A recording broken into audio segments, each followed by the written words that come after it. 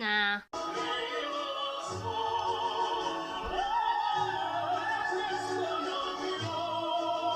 That's better.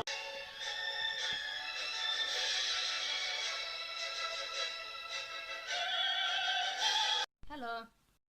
Okay, I will be reading the Diary of a Wimpy Kid, number 6, Cabin Fever. Alright, November, Saturday. Most people look forward to the holidays, but the stretch between Thanksgiving and Christmas just makes me a nervous wreck. If you make a mistake in the first 11 months of the year, it's no big deal. But if you do something wrong during the holiday season, you're gonna pay for it. Like, maybe if you pinch your little brother. That happened one year, and I only got one present. It's too much pressure to be on your best behaviour for a whole month. The most I can really handle is 6 or 7 days in a row. So if they move Thanksgiving to the week before Christmas, it will be fine by me. Kids whose families don't celebrate Christmas are lucky, but because they don't have to stress out whenever they do something wrong at this time of year. In fact, I have a few friends in that category who I think act a little extra jerky around now just because they can, like Chirag Gupta, who made Greg trip. The thing that really makes me nervous is this whole Santa issue. The fact that he can see you when you're sleeping and knows when you're awake really creeps me out. So I've started wearing sweatpants to bed because I really don't need Santa seeing me in my underwear. I'm not really convinced that Santa has the time to keep an eye on you 24 hours a day anyway. I think he can only check on each kid once or twice a year for a few seconds. And with my luck, that happens at the most embarrassing moments. Like maybe if I pick my nose. If Santa really does see everything you do, then I guess I could be in trouble. So when I write to him, I don't see what I want for Christmas and all that. I use my letters to paint myself in the best possible light.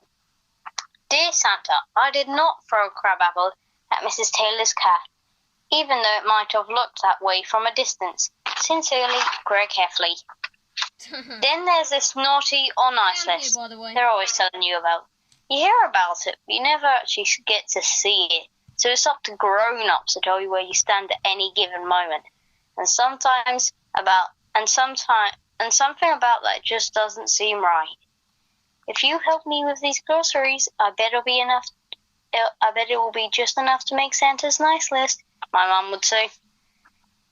I kind of wonder how accurate the list really is. Anyway, there's a kid named Jared Pyle who lives up the street from me, and if there's anyone who deserves to be on the naughty list, it's him. But last year he got a dirt bike for Christmas, so don't even ask me what Santa was thinking on that one. It's not just Santa I've got to worry about either.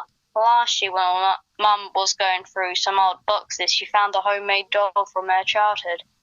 Mum said this doll is called Santa Scout and that its job is to watch how kids behave and then report back to Santa at the North Pole. Well, I'm not a big fan of that idea. First of all, I think you have a right to privacy in your own home. And second, Santa Scout gives me the willies. I don't really buy the idea that this doll is feeding Santa information. But just in case, I try to be extra good whenever I'm in the same room as Santa Scout. Like maybe taking everyone's plate. But it probably doesn't matter anyway, because my older brother Roderick is constantly feeding Santa Scout bad information about me. He looked right at it and said, I, Greg Heffley, took a $20 bill out of my mother's purse.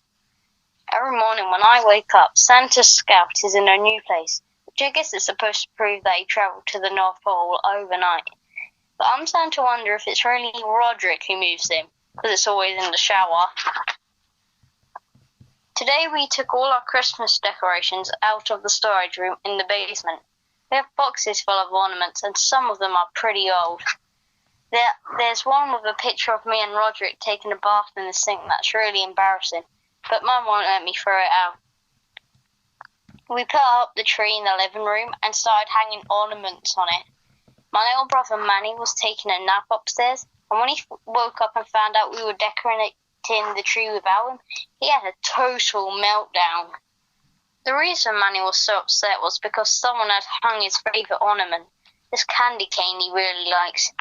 So Mum took it off the tree and handed it to Manny up himself. But Manny wanted his ornament to be the first one on the tree. So that meant we had to take all the decorations down just so we could get his way. And that's the kind of thing that happens in my house every single day. Mum... He really just hate Manny, that scene. Like, they were having a nice time until he woke up.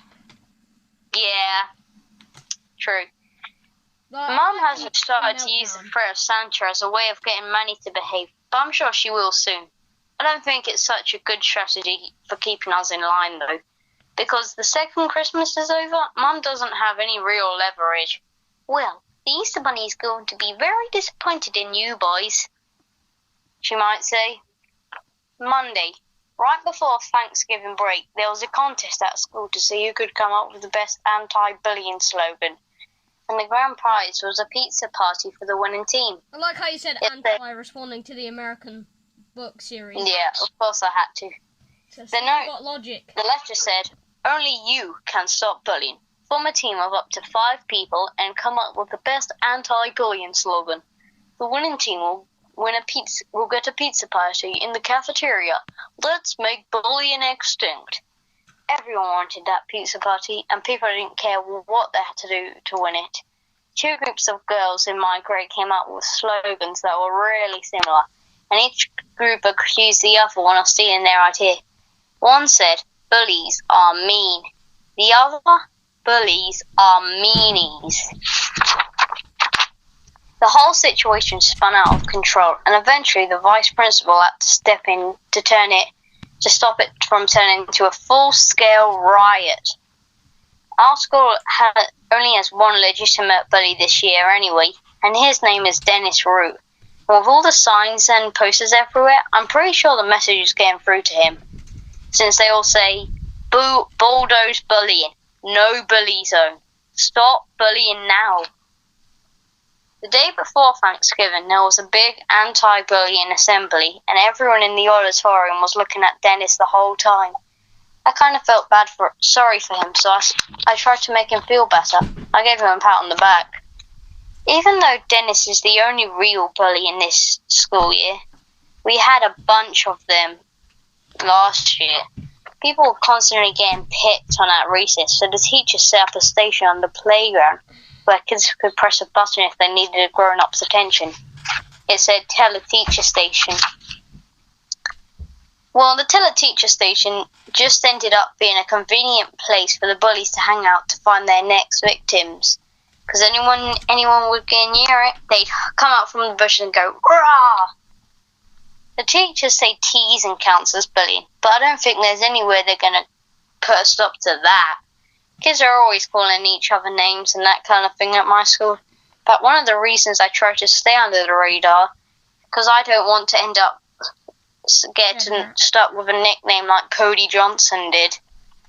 In kindergarten, Cody steps in some dog poop at recess, and ever since then, they've called him Dookie. And I'm not just talking about the kids either. I'm talking about the teachers and the principal.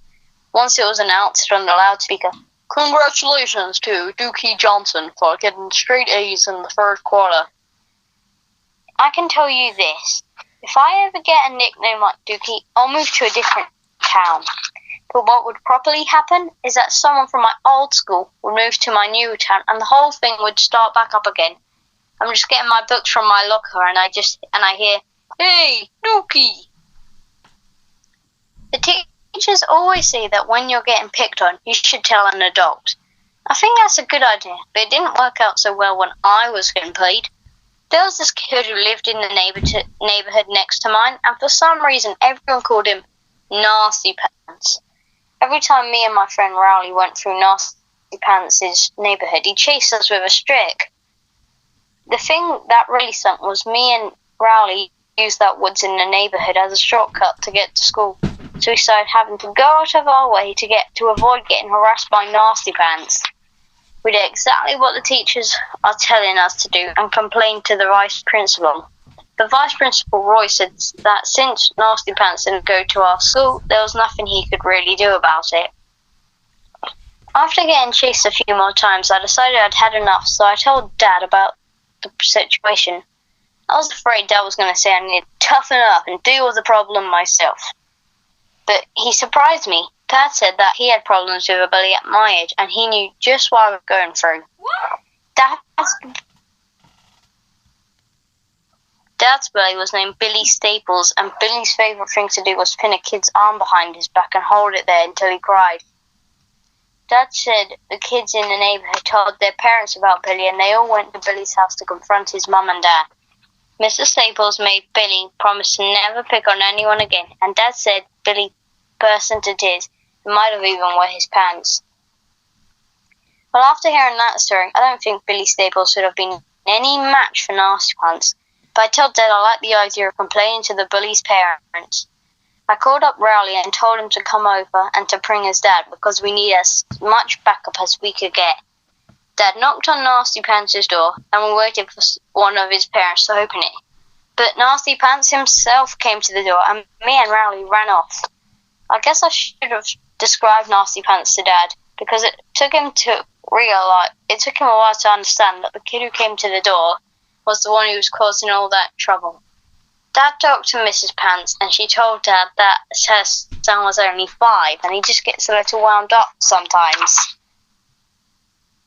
On the way home, Dad was pretty mad at me for letting myself get bullied by a kid who was still in kindergarten. But let me just say in my defence that when some kid is chasing you with a stick, you don't stop to ask him how old he is.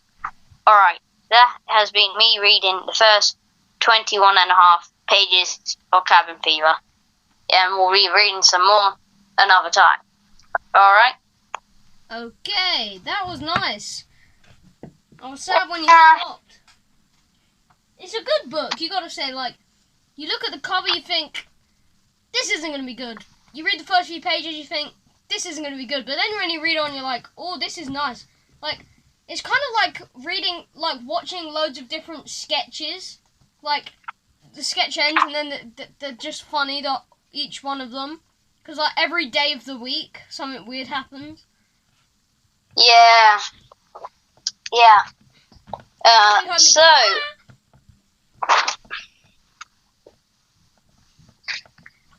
my phone is burning because it's been sitting in near the window where the sun goes through. Just to remind you, you've been listening to I Forgot podcast. Check out our videos on, well, we only have one channel, but we have 2 podcasts. I don't know how you're supposed to get them on Alexa or anything, but you know, that'll happen one day maybe. It's I Forgot and Geek Lord. So if you enjoyed this, there'll be a next episode soon enough, which he's going to be reading some more of Cabin Fever.